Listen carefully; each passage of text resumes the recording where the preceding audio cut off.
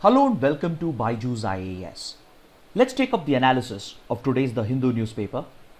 On the front page of the Delhi edition, we have an article which could be important for UPSC prelims and as well as for your state PCS exams. According to this article, the golden bird wing has been named as India's largest butterfly. This butterfly can be found across South Asia and Southeast Asia, and please note that the male golden bird wing has a smaller wingspan than the female. The golden birdwing has replaced the southern birdwing as India's largest butterfly based on the new measurements that have been published in BioNotes, which is a quarterly newsletter for research on life forms.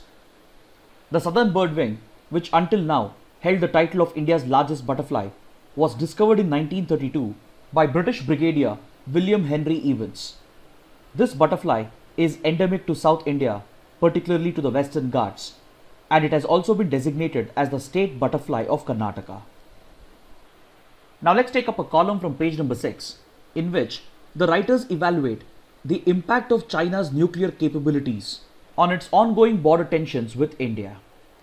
See, the ongoing border tensions between the two countries represents an escalation in the conventional domain.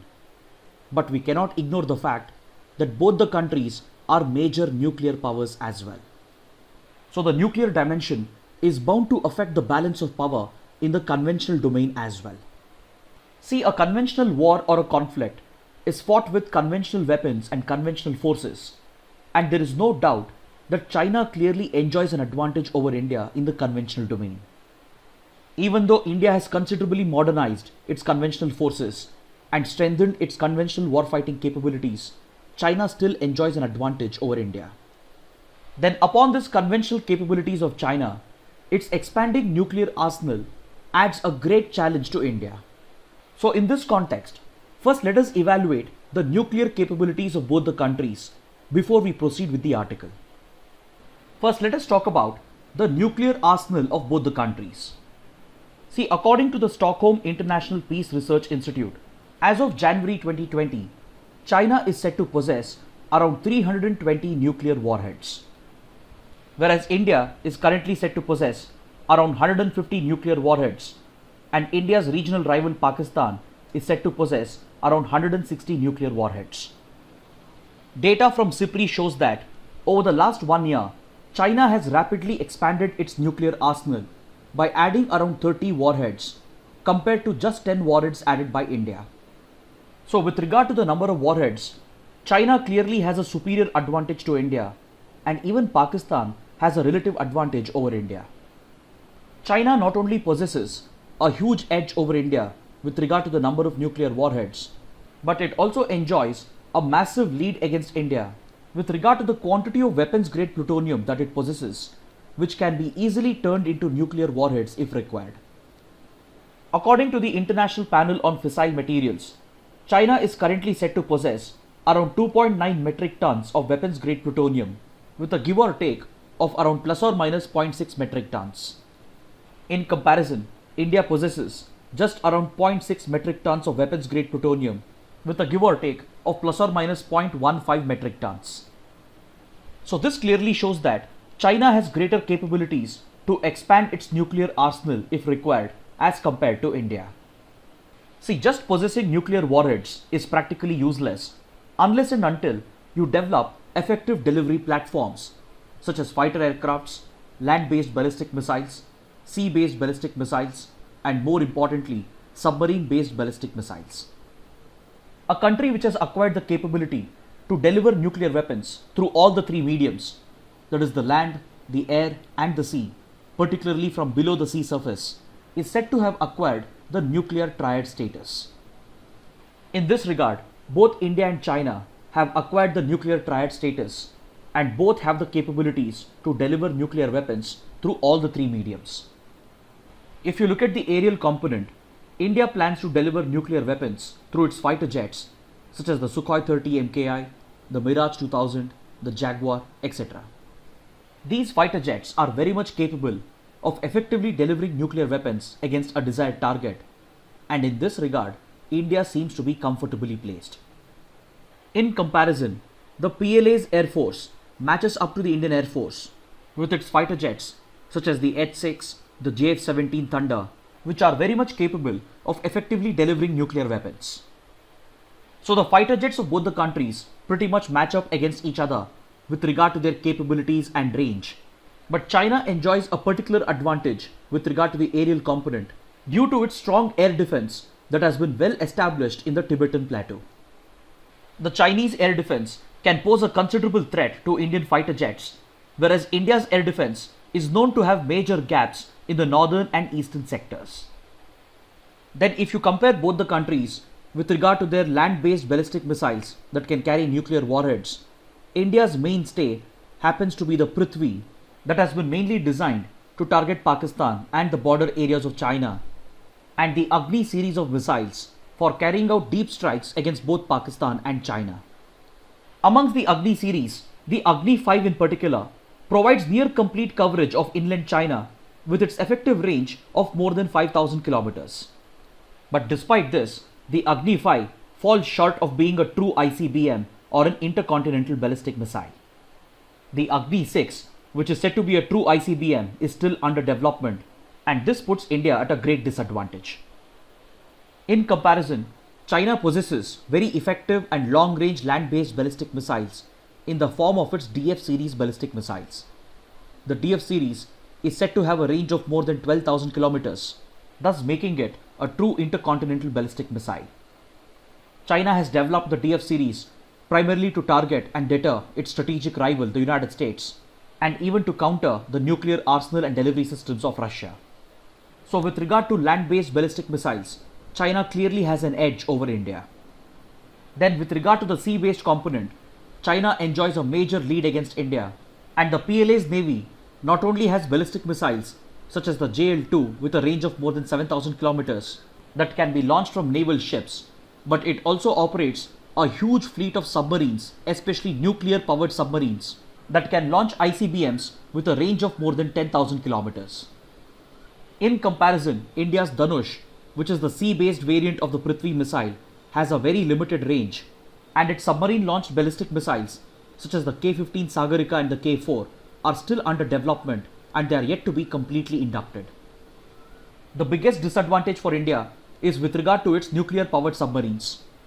Currently, India has only one operational nuclear-powered submarine, that is the INS Arihant. The other nuclear-powered submarine that India has, that is the INS Chakra, has been leased from Russia only for training purposes and it cannot be used in combat. Then upon this, the INS Arihant, which has been deployed, has reported a number of issues, and the other Arihant class submarines that are currently under development are still a number of years away from being inducted. In comparison to India's submarine fleet, China operates a very large fleet of conventional submarines and as well as nuclear-powered submarines. These submarines are capable of launching long-range ballistic missiles from underwater, and this makes China a true nuclear triad power as compared to India's namesake nuclear triad status.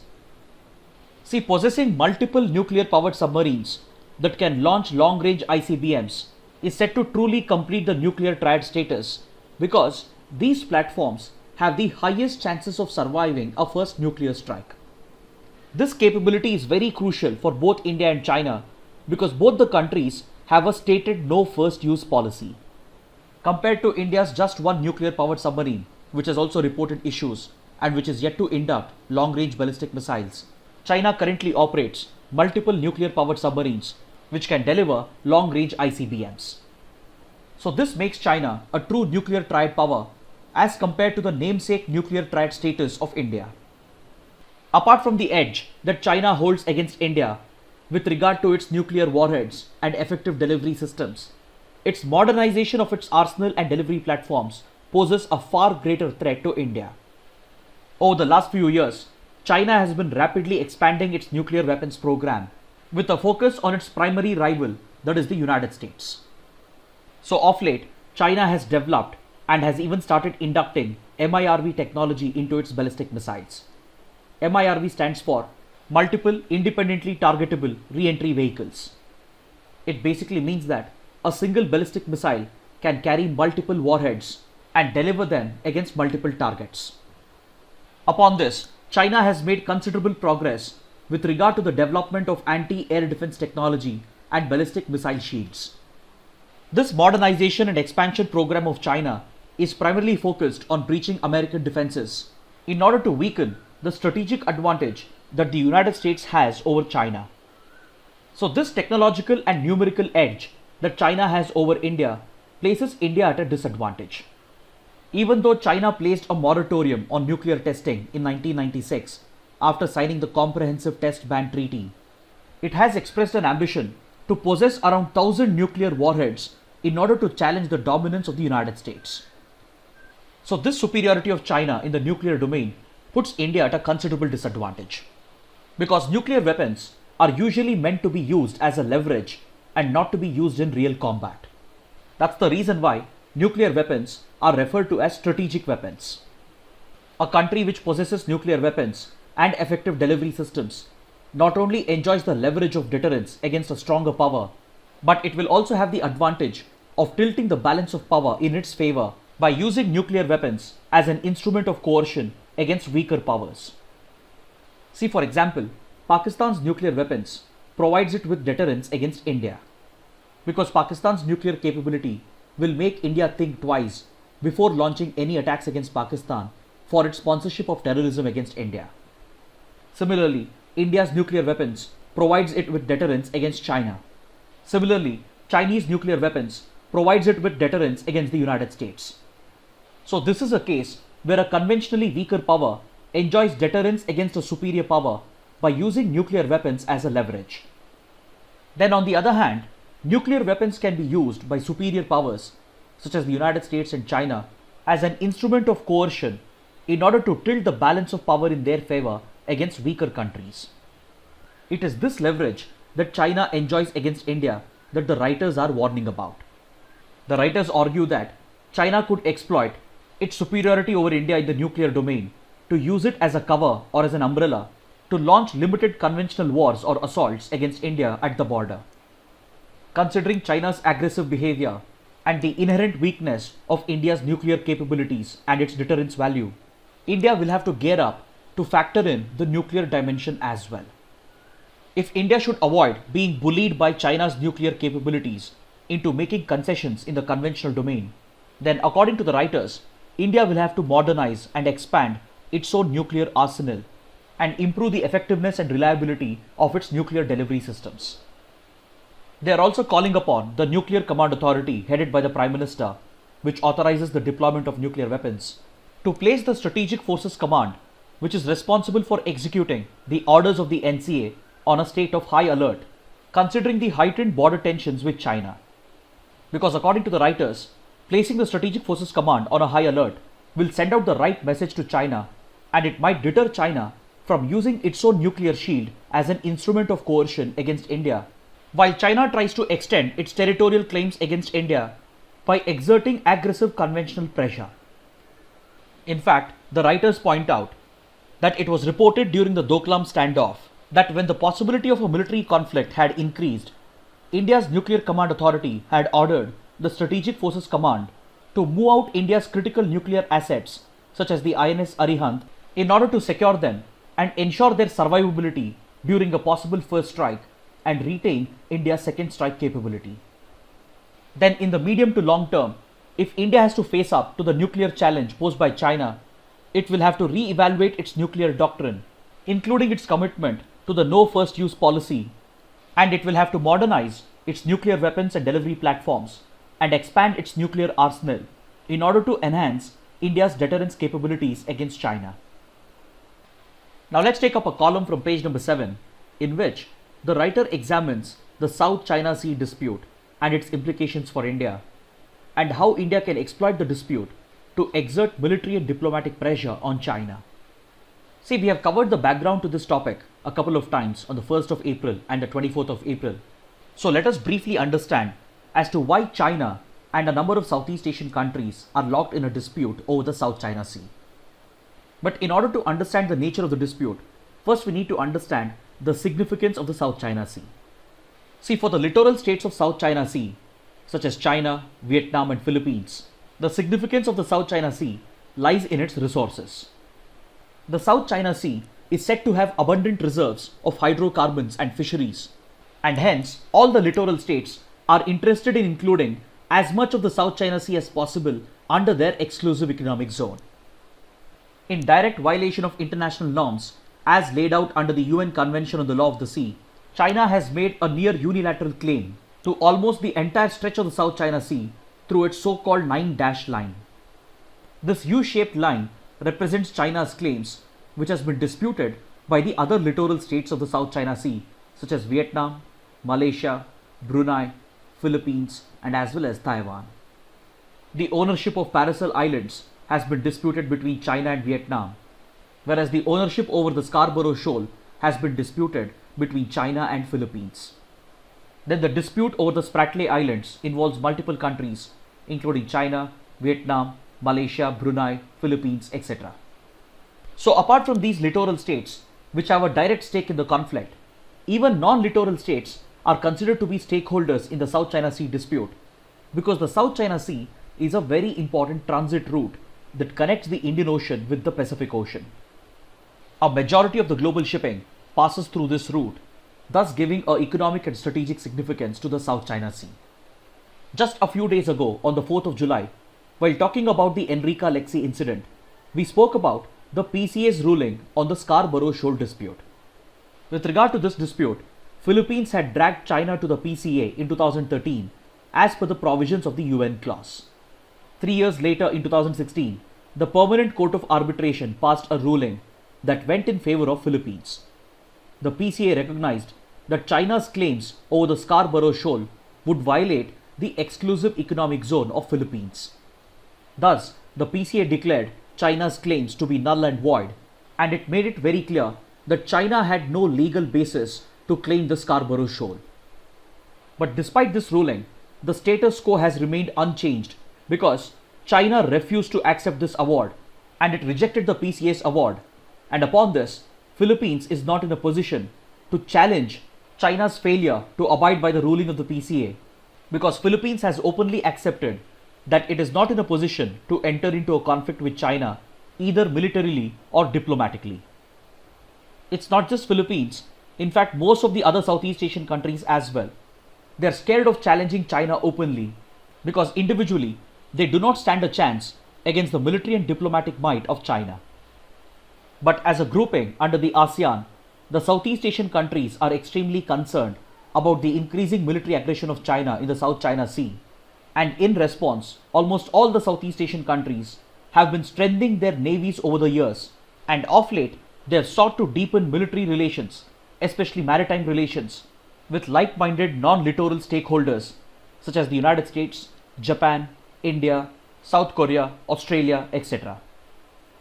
This is very evident from the fact that Vietnam has been purchasing more submarines from Russia, France and Germany. Even small countries such as Singapore and Brunei and other members of ASEAN such as Indonesia and Philippines, they have been strengthening their military capabilities, especially the capabilities of their respective navies. As a part of this modernization efforts, countries such as Vietnam, Indonesia and Philippines have reached out to India to procure the BrahMos cruise missile as well. This response of the ASEAN countries has been pushed by China's aggression in the region, which is very evident through its military exercises, live firing exercises, and in the involvement of its Navy and Coast Guard in the sinking of fishing vessels of other countries, its island reclamation efforts, and the deployment of its Navy and Air Force on disputed islands and atolls have all caused a lot of concern amongst the Southeast Asian countries. While China responds to any challenge by the ASEAN countries and by non-littoral states such as US and India with complete aggression, it has of late been facing a complex challenge with regard to Russian involvement in the South China Sea. Because even Russia has built close military and economic relations with Vietnam and Philippines, especially in the domain of exploration of hydrocarbons. And this comes as a challenge for China because China treats Russia as a close friend and a close ally. But apart from this, China has adopted a muscular approach towards any challenges that are raised by other countries. So in this context, the writer talks about India's options for exploiting the South China Sea dispute in order to exert diplomatic and military pressure on China. The writer says that Indian involvement in the South China Sea dispute is completely justified And it is not just a reactionary response to the aggression that China shows against India with regard to its border dispute. The writer's argument is that India is one of the key stakeholders in the South China Sea because the region clearly falls under its area of interest. See, under India's foreign policy, it has been clearly defined that India's sphere of influence extends from the Strait of Hormuz in the Persian Gulf to the Strait of Malacca. But considering the volume of trade that passes through the South China Sea and its direct impact on the Indian economy, the writer says that it is high time for India to expand its sphere of influence and include the South China Sea as well. He says that India should make it clear that it is also one of the stakeholders in the South China Sea dispute, and it should subsequently engage in proactive defense diplomacy in the Indo-Pacific region. He calls upon India to enhance the existing military training initiatives and joint military exercises with countries located in the region. For example, India plays a key role in training the armed forces of Vietnam and Singapore. Apart from this, India has joint military exercises with a number of Southeast Asian countries, including Thailand, Indonesia, Singapore, Vietnam, etc. And he is calling upon India to play a greater role in extending humanitarian assistance and disaster relief to the ASEAN region. Then he calls upon the Indian strategic establishment and the Indian Armed Forces to capitalize on the strategic location of the Andaman and Nicobar Tri-Services Command. This unified command of the Indian Armed Forces is located strategically at the opening of the Strait of Malacca, which is seen as a strategic choke point for the Chinese economy, and it serves as a gateway to the South China Sea. So the writer says that by using the Andaman and Nicobar Tri-Services Command, India can project its naval and air power into the South China Sea, and these initiatives in combination should be able to exert sufficient military and diplomatic pressure on China. Now let's take up an article from page number 9. The stand of the United States government on the CAATSA legislation remains unchanged. See, CAATSA stands for Countering America's Adversaries Through Sanctions Act. This legislation was passed by the US Congress to target the three adversary states of the United States with economic sanctions. This includes Russia, Iran, and North Korea. These three countries have been designated as the adversary states of the United States and have been placed under primary sanctions. And other countries which trade with these three countries in the critical areas of defense and energy, they would be brought under secondary sanctions through the CAATSA legislation. So as a result of this American law, India's critical defense deals with Russia are under threat. This includes the S-400 Triumph missile deal that India had signed in order to establish a strong air defense against China by procuring the surface-to-air missile system. Recently we spoke about the approval granted by the Defense Acquisition Council to procure additional fighter jets such as MiG-29 and Sukhoi 30 MKI from Russia in order to enhance the operational preparedness of the Indian Air Force against the threat posed by China. So these defense deals that India is pursuing with Russia has come under the threat of secondary sanctions of the CAATSA. Ever since India signed the S-400 deal last year with Russia, India has been hoping for a special exemption to be granted by the United States, considering the common geopolitical interests of India and the United States. See, under the CAATSA legislation, the US President has been empowered to grant an exemption to certain deals on a case-by-case basis. So over the last 1 year, India has been exerting diplomatic pressure on the US government to grant this exemption for the S-400 deal, and now India is expecting a similar exemption to be granted for the fighter jet deal as well. India is hoping that the US President could grant this exemption because of their mutual concern over the threat posed by China's aggression. But to India's shock, the US State Department has reiterated that its stand on the CAATSA legislation remains unchanged, and it has called upon India and the other countries to refrain from making defense purchases from Russia. Now let's take up the practice questions for today. Ethnic groups such as Oromos, Amharas, and Tigrayans, which were recently in news, belong to which country? The correct answer is option C, Ethiopia. Now let's take up the next practice question. Which of the following statements are correct? Around 30 million Indians are living in the Gulf countries. Most of them are skilled professionals employed as white-collar workers. The problems generally faced by Indian nationals living and working in the Gulf countries, particularly unskilled workers, relate mainly to non-payment of wages, long working hours, ill treatment, cheating by recruiting agents, poor working conditions and living conditions. Amongst the given statements, the first and the second statements are incorrect, so option C is the right answer. Now let's take up the next practice question. Which of the following statements are correct? The United Nations Human Rights Council was established by the UN General Assembly in 2006 to replace the UN Commission on Human Rights that had been strongly criticized for allowing countries with poor human rights records to be its members. The United States withdrew from the UNHRC in 2018, accusing it of chronic anti-Israel bias. Both the statements are correct. Option C is the right answer. Now let's take up the next practice question. Which of the following statements are correct? The Arctic Council is a high-level intergovernmental forum that addresses issues faced by the Arctic governments and the indigenous people of the Arctic. It only addresses the security and geopolitical implications arising out of the exploitation of Arctic resources. India is an observer to the Arctic Council. Amongst the given statements, the second statement is incorrect, so option C is the right answer. Now let's take up the next practice question. The conflict-hit city of Idlib is located in which country? The correct answer is option C, Syria. Now let's take up a practice question from the 2016 prelims paper. In the cities of our country, which among the following atmospheric gases are normally considered in calculating the value of air quality index? Carbon dioxide, carbon monoxide, nitrogen dioxide, sulfur dioxide, methane.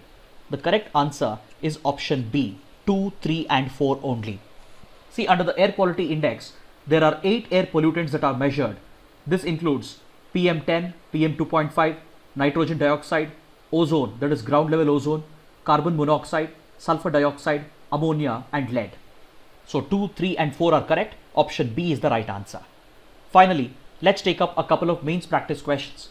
The first question, in the conventional escalation along the line of actual control, India cannot afford to ignore China's expanding nuclear arsenal. Discuss.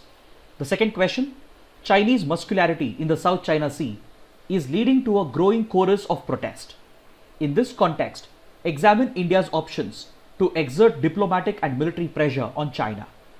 Kindly write an answer to these questions and post your answers in the comment section below. This concludes our discussion for the day. Thanks for watching.